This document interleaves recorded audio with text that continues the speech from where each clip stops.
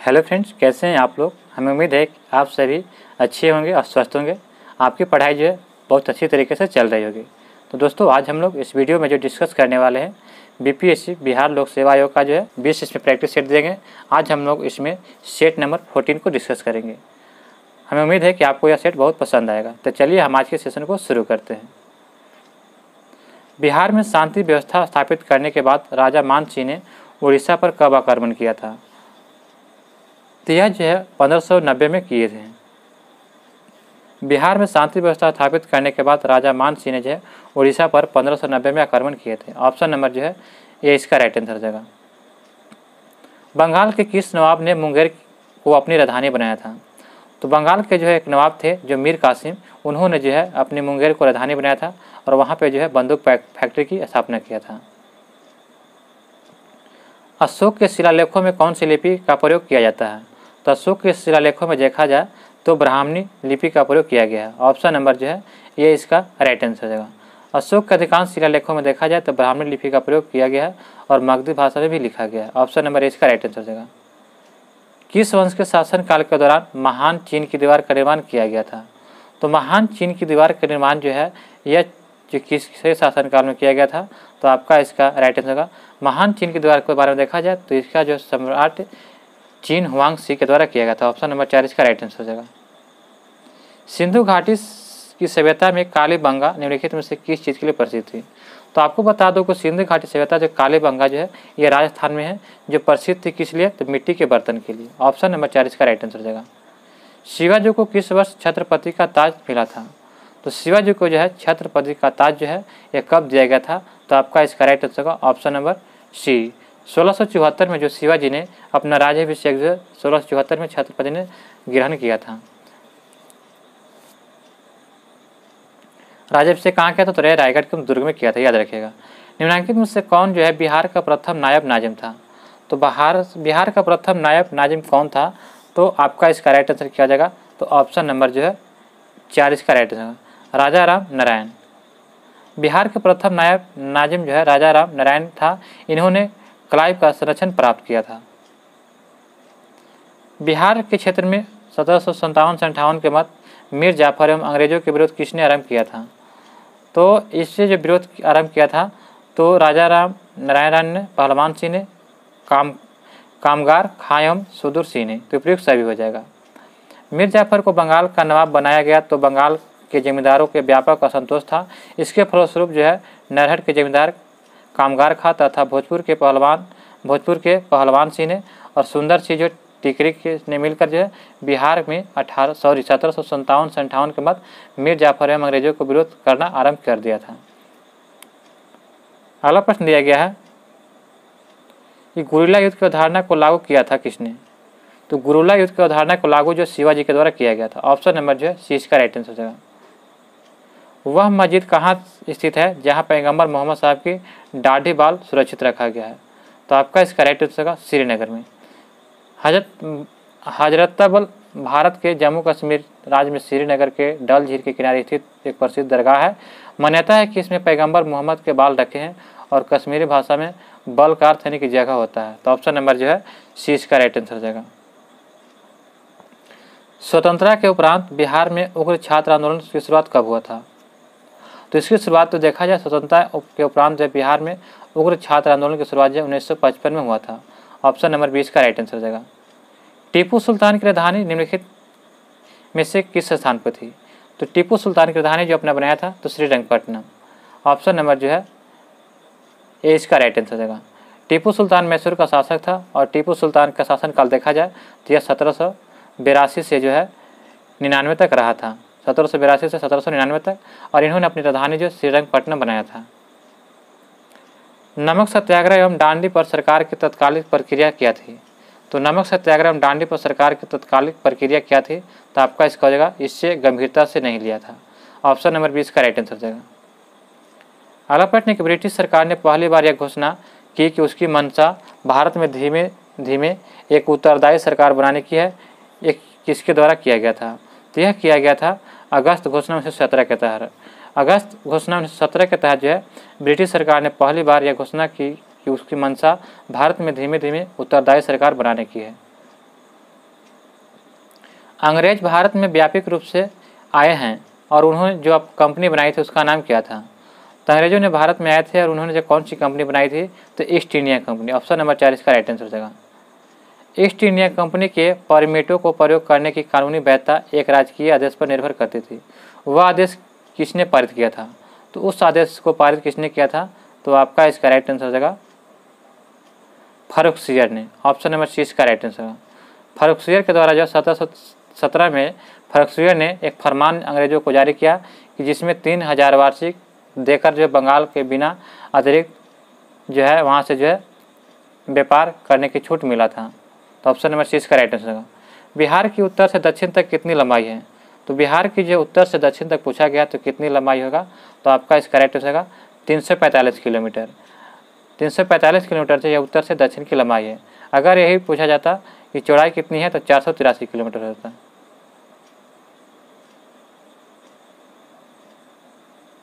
पूर्व से पश्चिम के भाग में अगर चौड़ाई रहता तो 483 होता। अगला प्रश्न देखते हैं, डिजिटल इंडिया भू अभिलेख आधुनिकीकरण कार्यक्रम कब शुरू किया गया? तो डिजिटल इंडिया भू अभिलेख आधुनिकीकरण कार्यक्रम की शुरुआत जो है यह किया गया था 2000 जो है। तो इसका राइट आंसर होगा, इसकी जो शुरुआत कब किया गया था? तो आपका इसका राइट आंसर होगा उपयुक्त में से कोई नहीं होगा। डिजिटल इंडिया भू अभिलेख आधुनिकीकरण कार्यक्रम की इसकी शुरुआत जो 2008 में किया गया था। कब? 2008 में। उपयुक्त में से कोई नहीं होगा। तो ऑप्शन नंबर 4 इसका राइट आंसर होगा। निम्न में से किस शासक ने विदेशों में आधुनिक प्रकार के दूतावास स्थापित किए थे? तो यह आधुनिक प्रकार के दूतावास जो है टीपू सुल्तान ने यह जो है स्थापित किया था। ऑप्शन नंबर 4 इसका राइट आंसर होगा।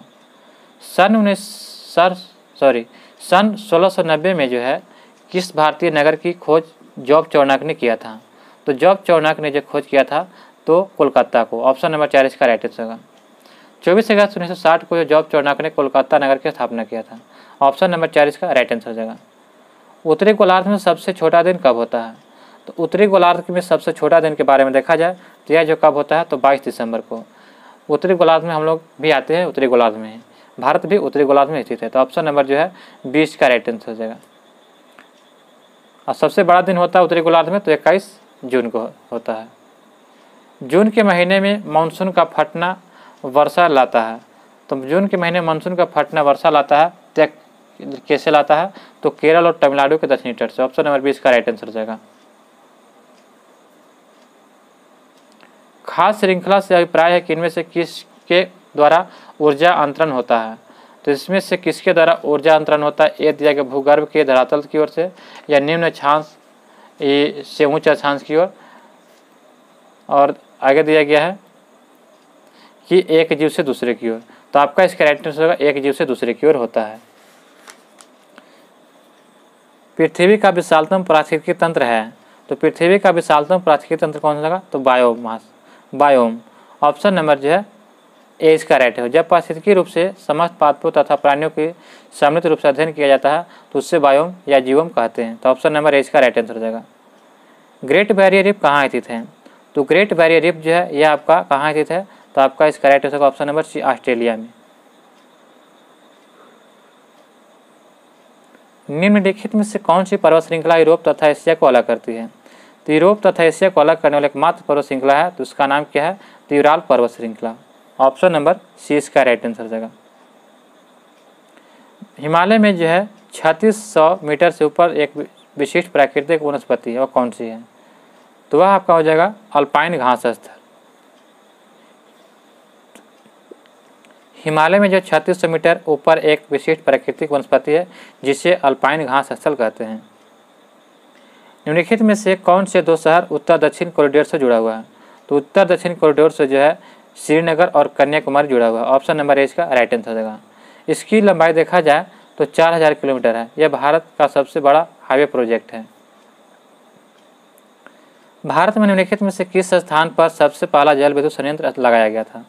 तो भारत में सबसे पहला जल विद्युत संयंत्र जो है यह शिव समुद्र कर्नाटक में लगाया गया था। यह कब? तो 1902 में लगाया गया था। ऑप्शन नंबर 20 का राइट आंसर हो जाएगा। भारत में ऊर्जा उत्पादन के लिए निम्नलिखित में से कौन सा प्रमुख कच्चा पदार्थ है? तो ऊर्जा उत्पादन के लिए प्रमुख कच्चा पदार्थ कोयला हो जाएगा। ऑप्शन नंबर 4 इसका राइट आंसर हो जाएगा। भारत निम्न में से किस देश में चाबहार बंदरगाह बना रहा है?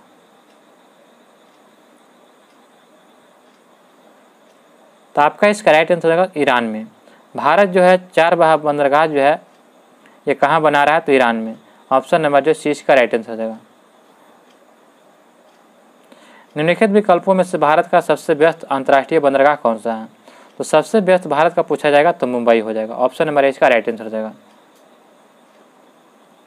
नेक्स्ट प्रश्न दिया गया कि निम्नलिखित में से किसका प्रयोग करके ऊष्मीय विद्युत पैदा की जाती है,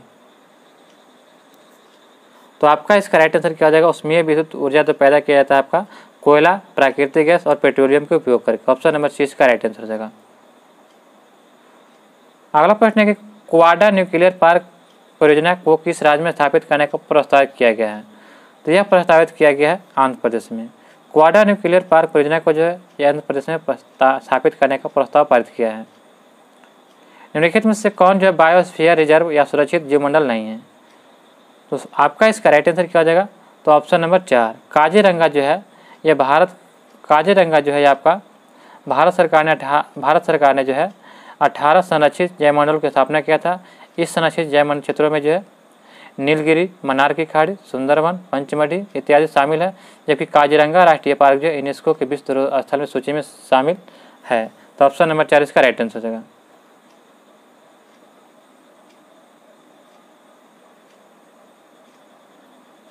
हमारा अगला प्रश्न दिया गया है कि एफडीआई का पूरा नाम क्या है, तो आप लोग बताइए कि एफडीआई का पूरा नाम क्या है, तो प्रत्यक्ष विदेशी निवेश। ऑप्शन नंबर 20 का राइट आंसर हो जाएगा। उपभोक्ता बिंदु पर अधिकतम संतुष्टि प्राप्त करता है जहां पर क्या होता है, तो उपभोक्ता उस बिंदु पर अधिकतम संतुष्टि प्राप्त करता है जहां पर देखा जाए तो सीमांत उपयोगिता बराबर मूल्य होता है। ऑप्शन नंबर ए इसका राइट आंसर हो जाएगा। निम्न में से कौन सा समूह संघ कर से संबंधित है, तो कर से संबंधित आपका हो जाएगा उत्पादन शुल्क, सीमा शुल्क और आयकर। ऑप्शन नंबर 20 का राइट आंसर हो जाएगा।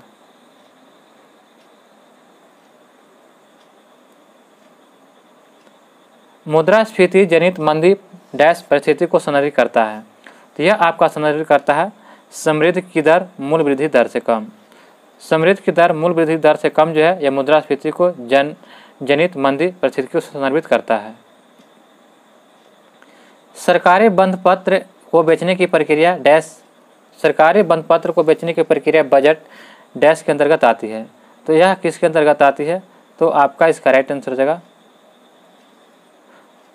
पूंजी प्राप्तियां के अंतर्गत। ऑप्शन नंबर 4 इसका राइट आंसर हो जाएगा। पूंजी प्राप्तियां वह प्राप्तियां होती है जो सरकार की संपत्ति बढ़ाती या घटाती है। इसमें बाजार उधारी, छोटी बचत, सरकारी भविष्य निधि आदि शामिल होते हैं। अगला प्रश्न दिया गया है कि भारत में किस प्रकार का आपातकाल अभी तक लागू नहीं किया गया है, तो भारत में देखा जाए तो वित्तीय आपातकाल अभी तक लागू नहीं किया गया है। ऑप्शन नंबर 4 इसका राइट आंसर हो जाएगा। भारत के वित्तीय आपातकाल की घोषणा देखा जाए तो अनुच्छेद 360 में किया गया है।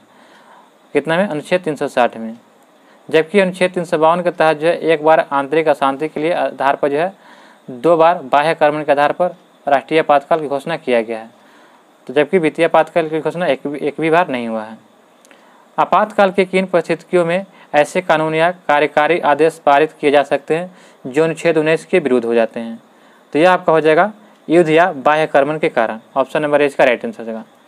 युद्ध या बाह्य आक्रमण की परिस्थितियों में जो है ऐसे कानून कार्यकारी आदेश पारित किए जाते हैं जो अनुच्छेद 19 विरुद्ध हो जाते हैं। अगला प्रश्न है कि राज्य विधानमंडल की सदस्यता के लिए योग्यता का निर्धारण संविधान के अनुच्छेद 173 के तहत दिया गया है, यह किसके अंतर्गत आता है, तो आपका इसका राइट आंसर होगा ऑप्शन नंबर बी, यह राज्य सरकार के अंतर्गत आता है। राज्यपाल द्वारा जारी अध्यादेश अनुमोदन में अधीन है, तो राज्यपाल द्वारा जारी अध्यादेश अनुमोदन जो है किसके अधीन आता है, तो आपका इसका right answer option number B, राज्य विधानमंडल के अधीन आता है। राष्ट्रपति और उपराष्ट्रपति के चुनाव के तथा सर्वोच्च न्यायालय और उच्च न्यायालय के न्यायाधीशों को हटाने में भाग लेता है, तो यह भाग लेता है कौन, तो आपका इसका राइट आंसर हो जाएगा लोकसभा। ऑप्शन नंबर 20 का राइट आंसर होगा।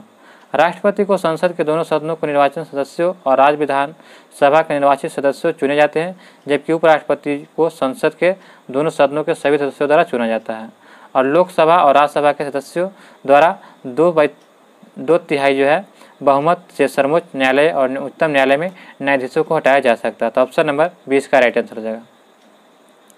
भारतीय संसद की सबसे बड़ी समिति कौन सी है, तो भारतीय संसद की सबसे बड़ी समिति को प्राक्कलन समिति कहा जाता है। भारत के नियंत्रक और महालेखा परीक्षक की रिपोर्ट की समीक्षा करने वाली संसदीय समिति कौन सी है? तो इसकी जो समीक्षा करने वाली संसदीय हो जाएगा आपका ऑप्शन नंबर जो है सी इसका राइट आंसर, लोक लेखा समिति हो जाएगा। लोक लेखा समिति जो है, इस समिति का गठन देखा जाए तो यह 1919 में किया गया था और इसे अधिनियमित किया गया था 1921 में। अगला प्रश्न देखते हैं, गुजरात के पास अगला प्रश्न दिया गया कि नागरिकों के मूल अधिकारों पर इसमें से कौन प्रतिबंध लगा सकता है? तो नागरिकों के मूल अधिकार पर प्रतिबंध जो है संसद लगाता है। ऑप्शन नंबर 20 का राइट आंसर हो जाएगा। गुजरात के पास लोकसभा की कितनी सीटें हैं? तो गुजरात के पास देखा जाए तो लोकसभा की कुल सीटों की संख्या कितना है? तो 26 है। गुजरात के पास लोकसभा की कुल 26 सीटें हैं, जबकि राज्यसभा की कुल 11 सीटें वहाँ हैं। अगला प्रश्न है कि भारतीय संसद में निम्न में से कौन सा बजट प्रस्तुत करता है? तो यह आपका राइट आंसर हो जाएगा वित्त मंत्री। भारतीय संसद में जो है वित्त मंत्री बजट प्रस्तुत करता है। ऑप्शन नंबर 6 का राइट आंसर हो जाएगा। जल का क्वथनांक उच्च तुंगता पर किस कारण से घट जाती है? तो जल का क्वथनांक उच्च तुंगता पर जो किसके कारण घट जाती है? तो यह हो जाएगा निम्न वायुमंडलीय दाब के कारण। ऑप्शन नंबर 20 का राइट आंसर हो जाएगा। शीतलन की दर निर्भर करती है किस पे? तो शीतलन की दर जो है यह आपका निर्भर करती है किस पे? तो आपका इसका राइट आंसर होगा ऑप्शन नंबर 4 यानी कि सभी पर हो जाएगा। बॉडी और उसके आसपास की चीज़ों के बीच तापमान के अंतर पर, विकिरणकारी सतह की प्रकृति पर और विकिरणकारी सतह के क्षेत्र पर। ऑप्शन नंबर 4 इसका राइट आंसर हो जाएगा। शीतकाल में हैंडपंप का पानी गर्म होता है क्योंकि? तो शीतकाल में जो हैंडपंप का पानी गर्म होता है इसका कारण होता है पृथ्वी के भीतर तापमान वायुमंडल के तापमान से अधिक होता है। ऑप्शन नंबर 20 का राइट आंसर हो जाएगा। अगला प्रश्न है कि किसी प्रणाली में अमोनिया क्लोराइड तथा सोडियम क्लोराइड गर्म करना निम्न में से किसका उदाहरण है? तो यह आपका उदाहरण हो जाएगा खुली प्रणाली का। खुली प्रणाली का उदाहरण जो है यह प्रणाली में अमोनिया क्लोराइड तथा सोडियम क्लोराइड का गर्म करना एक उदाहरण है। ऑप्शन नंबर 1 का राइट आंसर हो जाएगा। निम्न में से किसे ठोस सॉल का उदाहरण कहेंगे? तो ठोस सॉल का उदाहरण जो है यह किसे कहेंगे?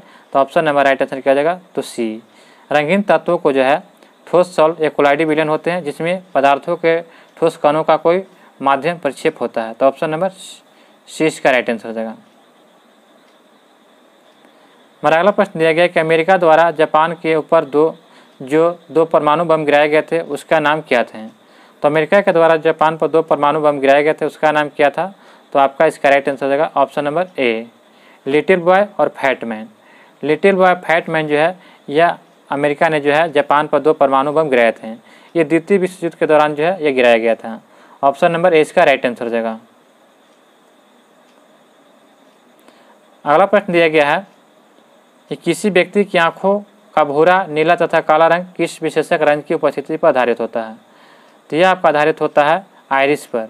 ऑप्शन नंबर सी इसका राइट आंसर हो जाएगा। किसी व्यक्ति की आंखों का भूरा, नीला या तथा काला विशेष रंग जो होता है यह आइरिस पर आधारित होता है। हमारा अगला प्रश्न दिया है कि रक्त के थक्के के निर्माण में किस एंजाइम का युक्तिकरण अथवा जुड़ाव होता है? तो आपका इसका राइट आंसर हो जाएगा ऑप्शन नंबर बी, पेप्सिन का। पेप्सिन जो होता है यह रक्त के थक्के के निर्माण में किसी एंजाइम का युक्तिकरण का अथवा जुड़ाव होता है। ऑप्शन नंबर 20 का राइट आंसर हो जाएगा। हीमोग्लोबिन में सम्मिलित धातु हैं, तो हीमोग्लोबिन में कौन सा धातु सम्मिलित है? तो आपका इसका राइट आंसर होगा ऑप्शन नंबर सी, आयरन यानी लोहा होता है। RH फैक्टर संदर्भित है किसको करता है? तो RH फैक्टर जो है संदर्भित करता है रिसर्च फैक्टर कारक को। ऑप्शन नंबर ए इसका राइट आंसर होगा।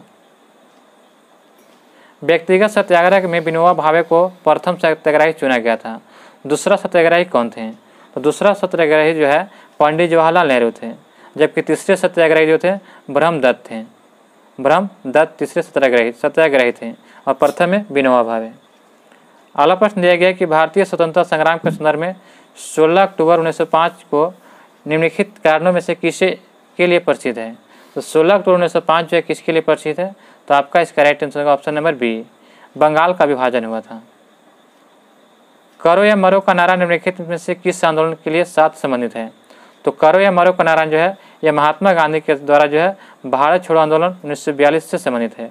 ऑप्शन नंबर जो है 4 इसका राइट आंसर है, भारत छोड़ो आंदोलन 1942 से संबंधित है। अगला प्रश्न दिया गया है कि दांडी यात्रा के साथ निम्नलिखित में से क्या प्रारंभ हुआ था? तो दांडी यात्रा के साथ जो निम्नलिखित में से क्या प्रारंभ हुआ था? तो आपका इसका राइट आंसर होगा ऑप्शन नंबर सी, सविनय अवज्ञा आंदोलन। दांडी यात्रा को समाप्त करके जो है 1930 में जो है सविनय अवज्ञा आंदोलन की शुरुआत किया गया था। भारतीय स्वतंत्रता संग्राम के दौरान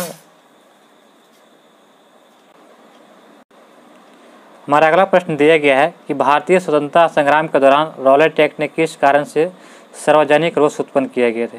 तो सार्वजनिक रोष जो उत्पन्न किए गए थे, इसमें होता क्या था कि इनमें लोगों को बिना मुकदमा चलाए जो है जेल में भेजने के लिए अधिकृत किया गया था, इसीलिए जो है सार्वजनिक रोष उत्पन्न किया गया था। तो ऑप्शन नंबर सी इसका राइट आंसर हो जाएगा। निम्नलिखित ब्रिटिश प्रधानमंत्रियों में से किसने भारत में क्रिप्स मिशन भेजा गया था। तो निम्नलिखित ब्रिटिश प्रधानमंत्रियों में से किसने जो है भारत में क्रिप्स मिशन को भेजा था। तो आपका इसका राइट आंसर हो जाएगा ऑप्शन नंबर 4 विंस्टन चर्चिल को। ऑप्शन नंबर जो 4 इसका राइट आंसर हो जाएगा।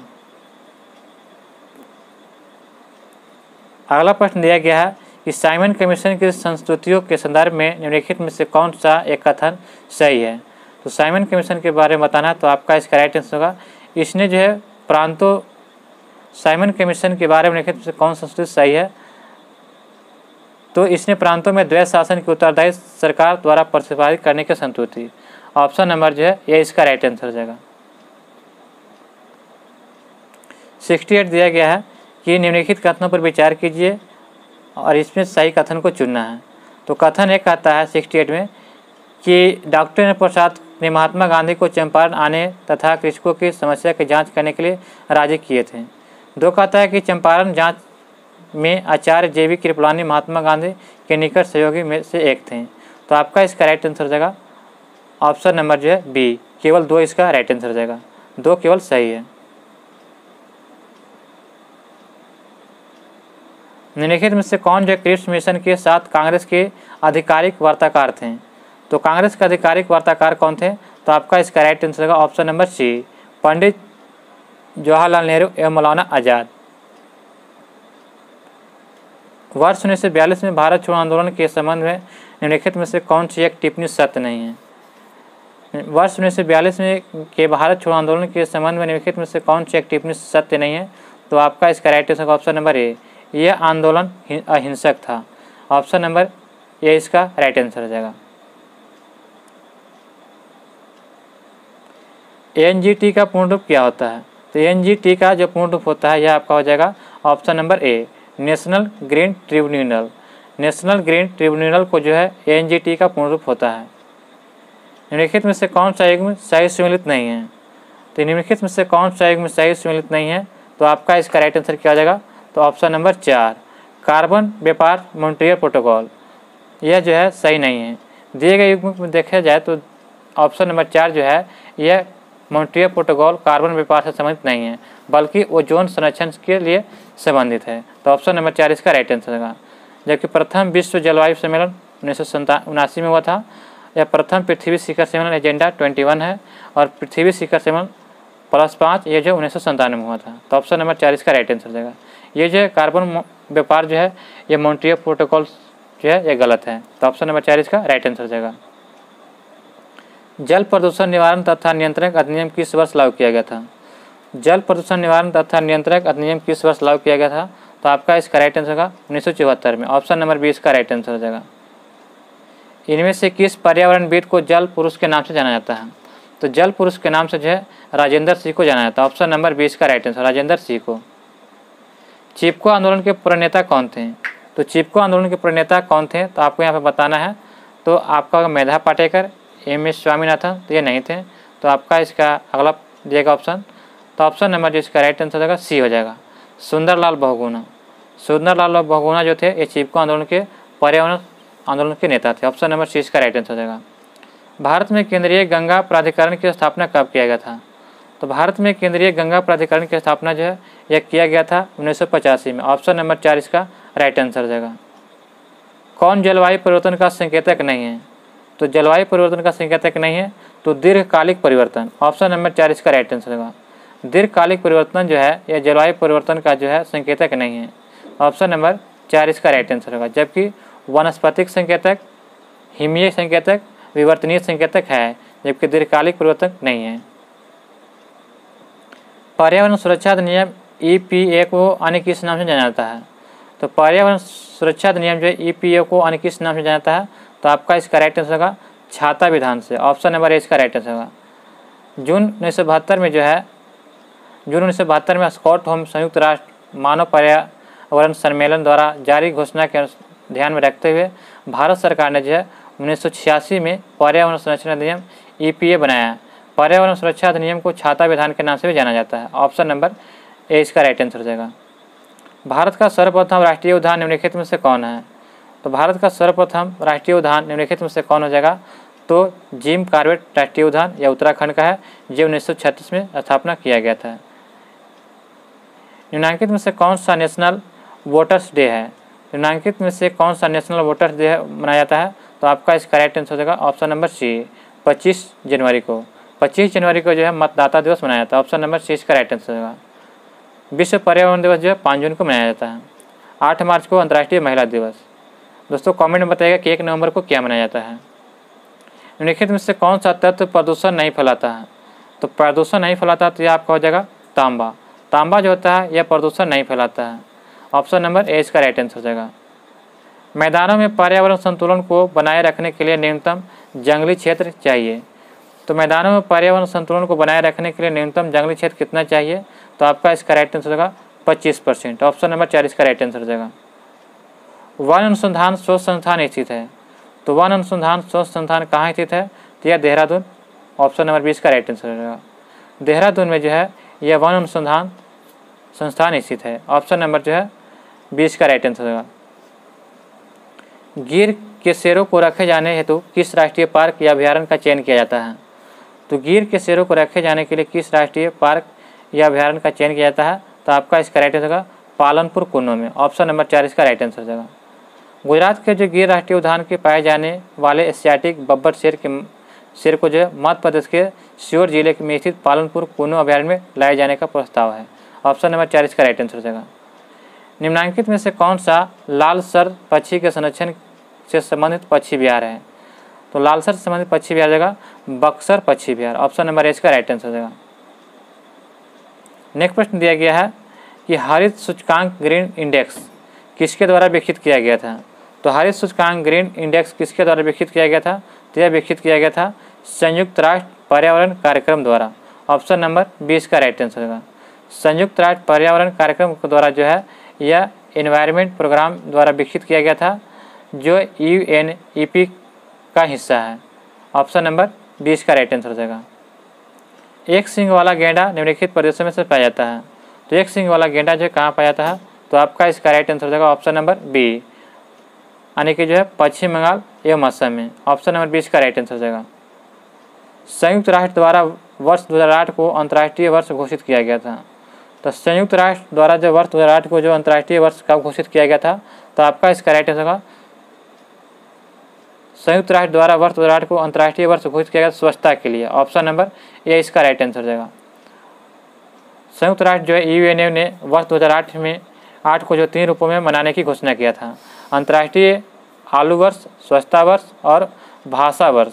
तो ऑप्शन नंबर ए इसका राइट आंसर हो जाएगा। भोपाल गैस त्रासदी के दौरान जो गैस निकली थी वह कौन सा था? तो भोपाल गैस त्रासदी जो है 1984 में हुआ था। यह कहाँ हुआ था? मध्य प्रदेश में। तो इसमें जो है मिथाइल आइसोसाइनेट गैस लीक हुआ था, जिसमें बहुत सारे लोग की जानें चली गई थी। ऑप्शन नंबर 6 का राइट आंसर हो जाएगा।